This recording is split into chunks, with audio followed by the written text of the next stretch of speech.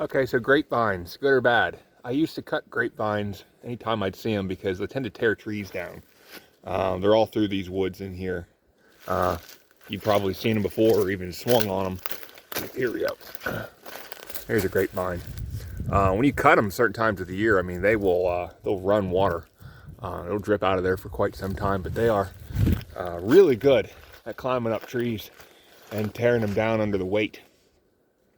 They tear branches down. Sometimes they'll tear an entire tree down. In fact, you can see the top of this tree. It's pretty mangled up. And this one here's pretty boogered up too. I don't always cut them anymore. The reason is these are plants that evolved here. We're in southwestern Pennsylvania. They serve a purpose. For one, they open up the canopy.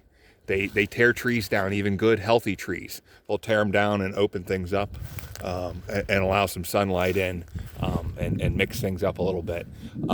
The other thing that they do is they provide a lot of food for birds, from what I understand.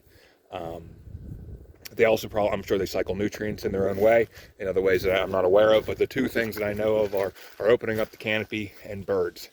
Here's the thing, if this were state forest or this were a climax forest or something like that, then the grapevines can do whatever the hell they want. But in my situation, I'm kind of trying to manage this a little bit. This was all woodland that was once meadow, or has definitely been timbered over if this particular spot wasn't meadow. And so this is a tree, a mockernut hickory, that I would like to retain. It's got a beautiful crown on it. It's nice and tall, nice and straight.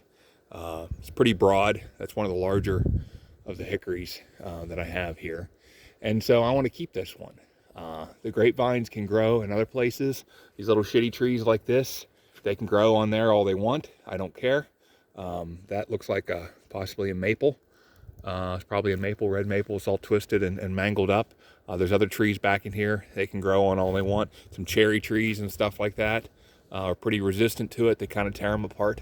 But for me, right now, I'm going to cut this. I'm going to cut it as high as I can reach because I think that they will reroot if you let them lay on the ground.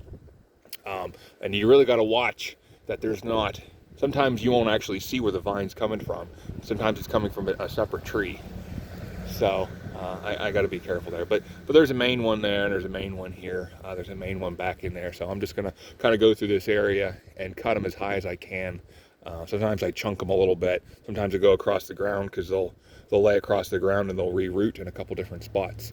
So it's not a war against grapevine. I'm just kind of managing it a little bit because this is such a beautiful, beautiful hickory tree.